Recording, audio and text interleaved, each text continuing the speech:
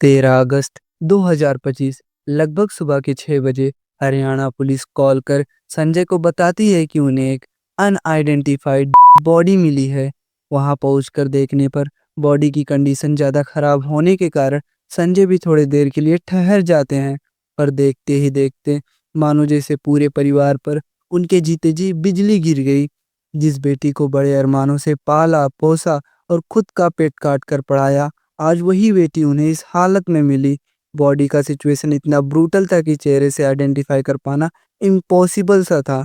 90% गला हुआ था एंड स्कल पूरी तरह फ्रैक्चर हो चुका था। इवन आंखें भी बाहर निकली थी और तो और पूरा फेस एसिड से चुका था। ये मंजर इतना डरावना था कि जो भी उसे देखते उनका हाथ पैर जकड़ जाता। अकॉर्डिंग टू रिपोर्ट्स कुछ बॉडी पार्ट्स भी मिसिंग थे। इंसान से इंसानियत खत्म होने पर हैवान भी उनके सामने फीका पड़ जाता है।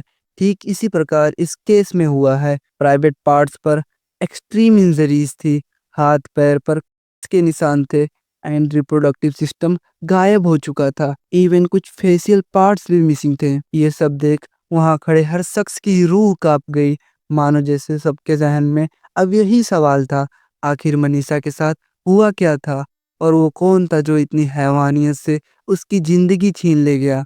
Welcome to the show. My name is Anoop and you are watching to horrifying case of Manisha. 22 जुलाई 2006 हरियाणा के धानी लक्ष्मण लोहरू सब डिवीजन के भिवानी डिस्ट्रिक्ट में मनीषा का जन्म होता है। परिवार में कुल 5 लोग थे, एक छोटा भाई, 2 बहनें और उनके साथ साथ माता पिता भी रहते थे। पिता संजय पेशे से किसान थे, पर फिर भी अपने बच्चों को हायर एजुकेशन देना चाहते थे। पूरा परिवार खुशी से व्याकुल था, पर कौन जानता था इसी खुशहाल घर गृहस्थी के बीच मौत ने भी दरवाजे पर दस्तक दे दिया। मनीषा बचपन से ही डॉक्टर बनना चाहती थी, इसलिए वो अच्छे से पढ़ाई करने लगी। समय के साथ जिम्मेदारियां भी बढ़ने लगी और देखते ही देखते मनीषा 19 साल की हो चुकी थी and due to the financial problem Manisha पास के गांव में एक प्ले स्कूल में एज अ टीचर का जॉब करने लगी। पार्ट टाइम जॉब करते हुए मनीषा अपनी पढ़ाई पर भी ध्यान देती थी। इस पॉइंट तक तो सभी चीजें नॉर्मल थी, लेकिन 11 अगस्त 2025 मनीषा सुबह सुबह अपना नॉर्मल रूटीन फॉलो कर स्कूल के लिए तैयार होती है। लेट होने के कारण वो जैसे तैसे स्कूल पहुंचती है। अगेन मनीषा स्टार्टिंग से डॉक्टर बनना चाहती थी, सो इसीलिए वो बीएससी नर्सिंग के लिए अप्लाई करने वाली थी।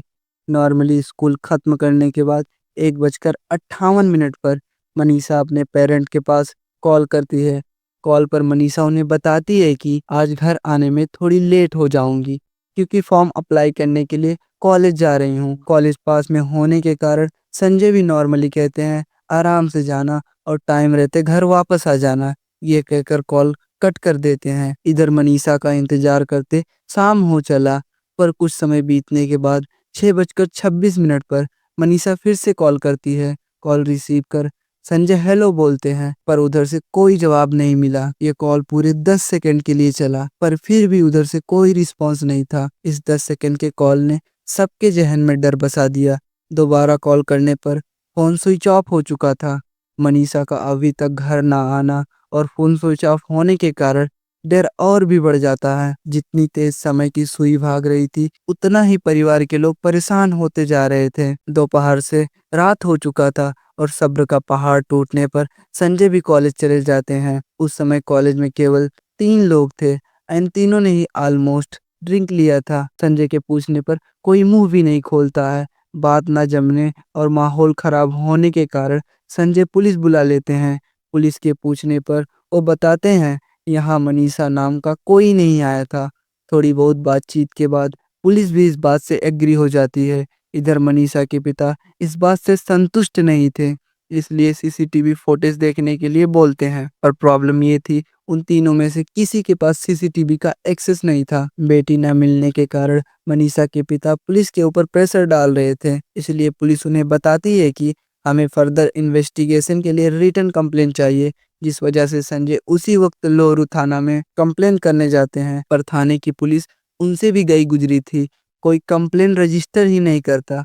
और तो और उल्टा पुलिस उन्हें ये कहकर लौटा देती, मैं भी शायद तुम्हारी बेटी किसी के साथ भाग गई हो और 2-4 दिनों में शादी के कार्ड के साथ वापस आ जाएगी। पुलिस वालों के बदसलूकी से हर उम्मीद टूट चुकी थी।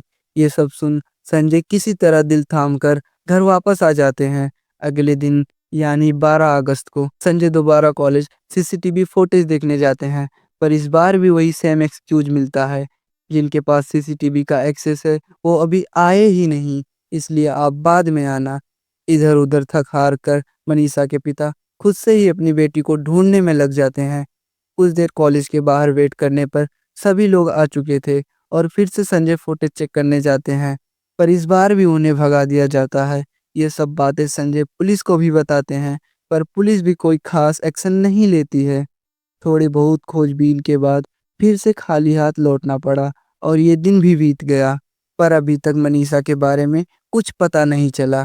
13 अगस्त 2025 यानी अगले दिन एक 19 साल की लड़की का अज्ञात लाश देख वही सेम पुलिस वाले संजय को बुलाते हैं। कपड़े के जरिए संजय पहचान जाते हैं और फूट फूट कर रोने लगते हैं। इतना सब होने के बावजूद भी नर्सिंग कॉलेज का सीसीटीवी फुटेज नहीं मिला। आखिर मनीषा स्कूल के बाद कहाँ गई थी?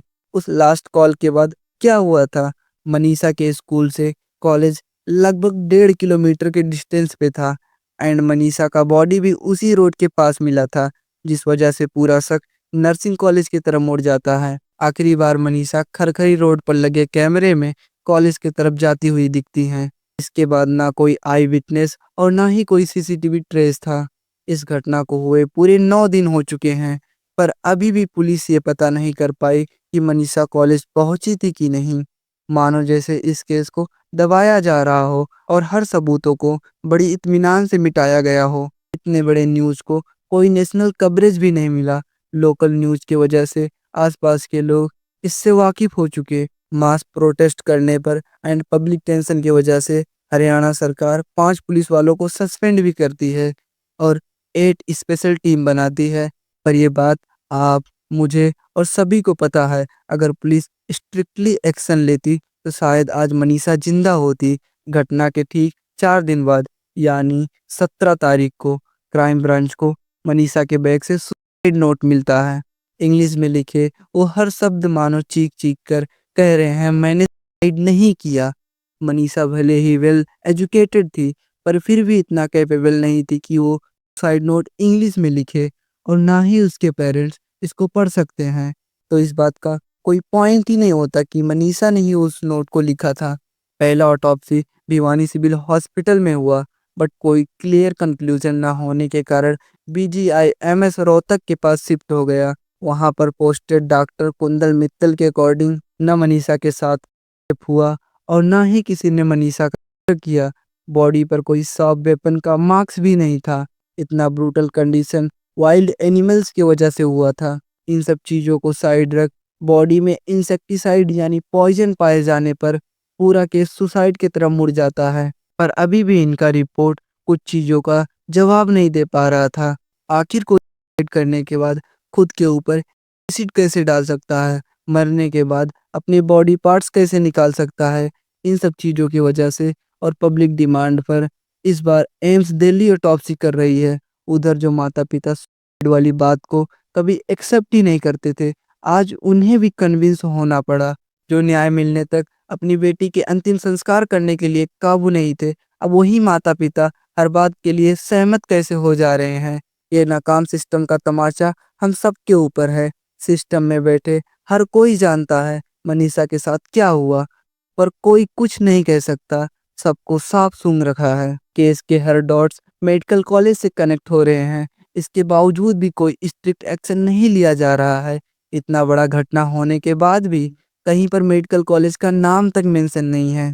इस केस को दबाने की नाकाम कोशिश चल रही है। इवन जहां प्रोटेस्ट कर रहे हैं वहां का इंटरनेट भी ब्लॉक कर दिया गया है। आप एक बार सोच कर देखिए, हम ऐसे देश में रह रहे हैं जहां हमारे घर की औरतें सेफ नहीं हैं, और तो और ऐसा कुछ हो जाने पर न्याय के लिए दर बदर ठोकर खाना पड़ता है। जस्टिस के लिए सड़कों पर उतरना पड़ रहा है। मनीषा के पेरेंट्स के ऊपर दबाव होने के कारण उन्हें खुद के बेटी का साथ छोड़ना पड़ रहा है। अब देश की महानता को साइड रख हमें भी इंसाफ के लिए सड़कों पर उतरना चाहिए। नहीं तो आज फिर से इंसानियत हार जाएगी और वो हैवान आज़ाद घूमेंगे। पता नहीं कब किसके साथ क्या करेंगे।